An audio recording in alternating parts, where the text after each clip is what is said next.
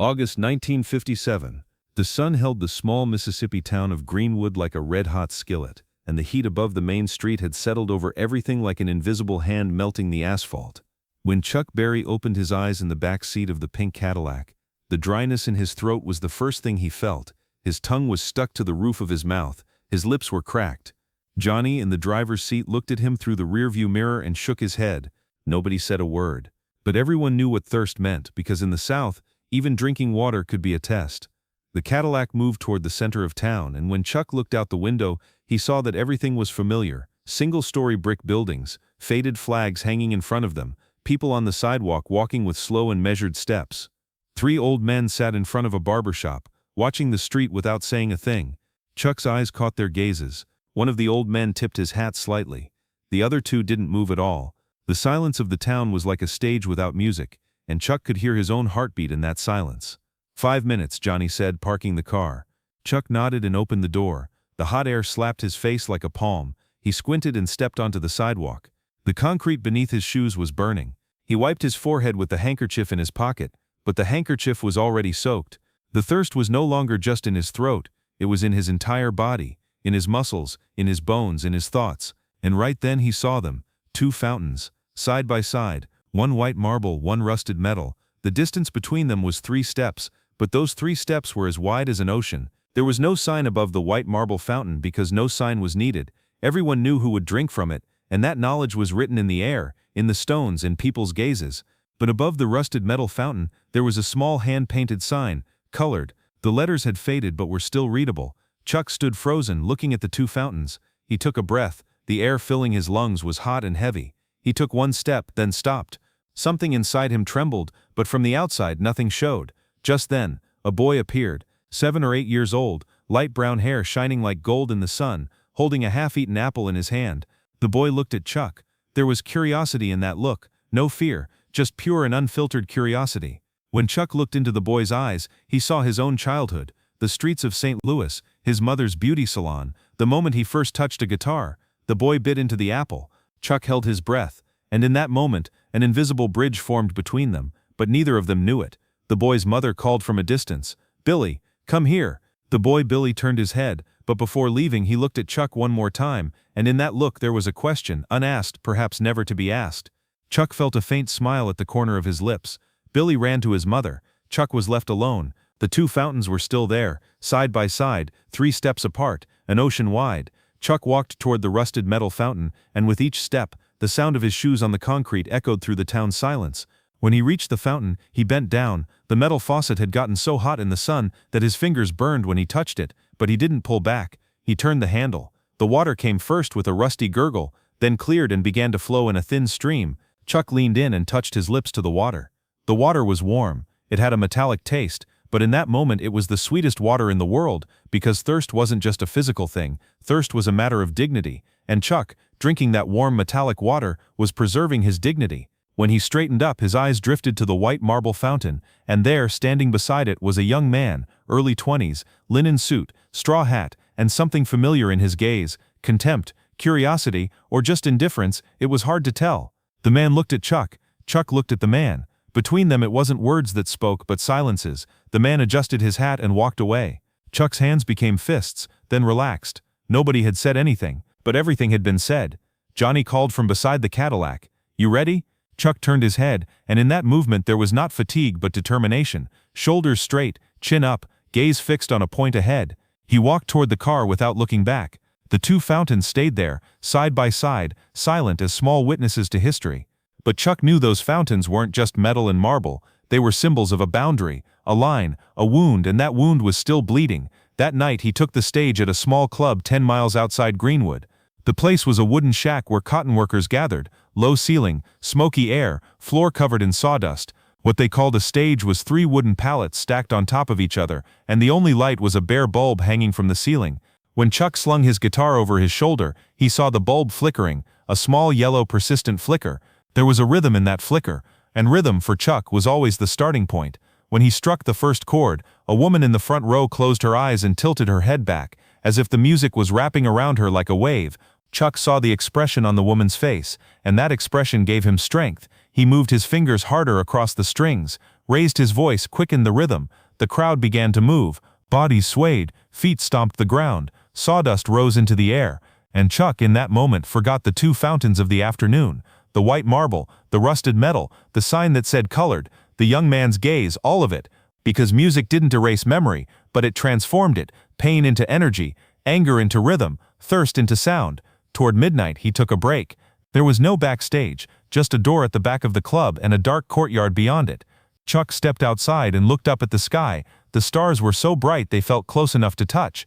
He pulled a cigarette from his pocket but didn't light it. He held it in his hand. He felt the weight of the cigarette. And in that moment, he remembered Billy, the boy biting into the apple, the boy with light brown hair shining in the sun, the boy with the question in his eyes. Chuck wondered, what was that boy doing now? Was he asleep? Was he dreaming? And if he was dreaming, what was in his dream? 30 years later, Memphis. Billy Reynolds had just turned 40, and his hair was no longer light brown but turning gray. His temples had gone especially white, and that whiteness gave him not an air of maturity but of weariness. He was a record collector, spending his weekends chatting with regulars who browsed through old vinyl in his small shop, and the shop's name was Two Fountains Records, but no one had ever asked where the name came from. Billy had never explained. Some stories weren't told in words, they were lived, kept, and carried in silence. That morning, when he opened his shop, the bell on the glass door chimed as usual, but Billy's hands were not as usual. His fingers trembled slightly because he had seen an ad in the newspaper. Chuck Berry was going to perform in Memphis, Fox Theater, one night only. Billy set the newspaper down on the counter, and the rustle of the paper echoed through the shop's silence. He closed his eyes, and suddenly he was there. 1957, Greenwood, the scorching heat of August, two fountains, rusted metal, white marble, and a half-eaten apple in his hand. He remembered that man, pink shirt, dark pants, forehead glistening with beads of sweat, and most of all the eyes. What was in those eyes? Billy had been asking this question for 30 years. Anger, acceptance, defiance, or just thirst. Billy opened the desk drawer and pulled out a worn photograph. Chuck Berry on stage, guitar in the air, spinning on one foot, the duck walk. He had first seen this photograph in a magazine in 1960, and in that moment he had recognized him, the man at the fountain, the man drinking water under the sun, and in that moment, everything had changed for Billy. Getting a ticket wasn't easy because the concert had already sold out, and Billy got lost in phone traffic for days. First he called the box office, then the promoter, then tried to find someone through friends of friends. When he finally found a ticket, the price was 3 times the normal rate, but Billy paid without thinking. His wife Martha asked, "Why is this so important?" Billy didn't answer. Some things couldn't be explained, they just had to be done. The night of the concert, Billy went to the Fox Theater early and sat in one of the rows toward the back. The seat was covered in velvet, red, worn but still soft. The stage was dark, the curtains were closed. Billy placed his hands on his knees and waited. Around him people were talking, laughing, flipping through programs, but Billy heard none of it. Inside his head there was only one sound, the gurgle of the faucet turning on, the flow of water from rusted metal, that first sip of warm metallic taste. The lights went down, the hall fell silent, and then a spotlight illuminated a point on the stage, and in that point, holding his red guitar, Chuck Berry appeared. 30 years had passed. His hair had gone white. There were lines on his face, but the eyes were the same. Billy gripped the edge of his seat, his breath caught in his throat, and when Chuck struck the first chord, Billy became the boy he had been 40 years ago, apple in hand, under the sun, in front of two fountains, in the longest 3 seconds of his life. After the concert ended, Billy couldn't get up from his seat. The hall emptied. The lights came on.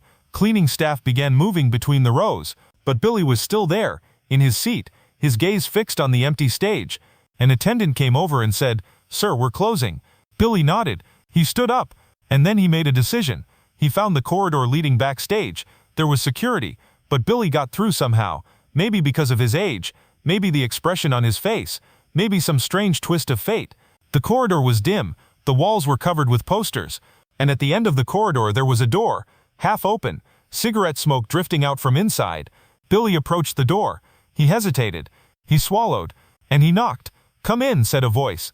Husky, tired, familiar. Billy pushed the door and stepped inside, and there he saw him, Chuck Berry, sitting in a chair, guitar in his lap, one hand resting on the strings. There was no one else in the room, just the two of them. 30 years later, face to face again. "I know you," Billy said, and his voice trembled. Chuck looked at him. He narrowed his eyes, studied him, tried to remember. Billy continued, 1957. Greenwood, Mississippi. There was a fountain. Two fountains. Chuck's hand lifted from the guitar strings. His fingers hung in the air. Memory sometimes struck like lightning, and in that moment, lightning struck in Chuck's mind. "The apple boy," Chuck said, slowly, weighing each word. Billy nodded, and his eyes began to fill. He couldn't control it. He didn't want to. There was no need to. Chuck stood up. Slowly. Old bones. Tired muscles. He came to stand in front of Billy. They were the same height now. They were looking eye to eye. "Why did you come?" Chuck said. Billy thought before answering. He had been thinking for 30 years. Actually, every night, every morning, with every Chuck Berry song he listened to. Finally he spoke. "I didn't know what you felt that day. I still don't know exactly. But I wanted to know." Chuck was silent for a long time. Then he bowed his head and laughed softly. It wasn't a bitter laugh, just a tired and wise one. "What I felt," he said. "I felt thirst, son. Just thirst." Billy returned to his shop that night at 2 in the morning. Martha was asleep. The house was quiet. Billy went to the back room of the shop and sat among his old records. In the darkness surrounding him, there was only the pale light of the street lamp. He reached into his pocket and pulled something out, a paper napkin with a signature on it. Chuck Berry. His hands had been trembling when he received it. They were trembling now. They had been trembling for 30 years. He thought about that fountain, the white marble and the rusted metal, the 3 steps between them, and how long those 3 steps really were. Maybe Chuck was right. What he felt was just thirst. But even thirst wasn't equal in those years. One man's thirst and another man's thirst were different things. And water. Water had different tastes. One from marble, one from rusted metal. Billy pressed the napkin to his chest. He closed his eyes. And for the first time 30 years later, he was able to let go of that moment. Outside, dawn was breaking. The sky over Memphis was turning orange. Billy stood up and looked out the shop window. The street was still empty. Only a cat crossing the sidewalk. Billy thought, where was Chuck Berry now? Was he sleeping? Or was he somewhere looking out a window too? And if he was looking, what did he see? He would never know the answer. But maybe he didn't need to know. Some questions were asked just to remain unanswered. And some moments, 2 fountains, an apple, a look would stay incomplete forever. Even that was enough. Even that was a connection. When Chuck Berry left Memphis, the sun was directly overhead. The man in the driver's seat, not Johnny anymore. Someone else looked at him through the rearview mirror, but didn't ask anything. Chuck was looking out the window from the back seat. As the road stretched on, Memphis grew smaller, the silhouettes blurred, and finally only a flat plain remained. Chuck reached into his pocket and pulled something out, a small folded piece of paper, the note Billy had left. "I was the apple boy. I dedicated my life to music. To your music." Chuck read the note, read it again, then folded it and put it back in his pocket. There was no expression on his face, but something glinted in his eyes. Light, tears, or just a distant reflection of the past. It was hard to tell. The car moved on. The road stretched out. And Chuck, in a voice no one could hear, murmured to himself, 2 fountains. Then he closed his eyes. Did he sleep? Did he think? Did he remember? No one knew. But as the car drove on, a song played on the radio.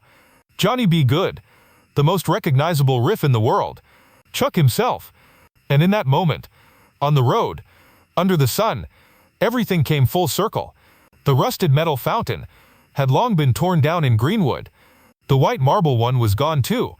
But water still flowed. From other fountains, to other lips. And the taste was now the same for everyone. Maybe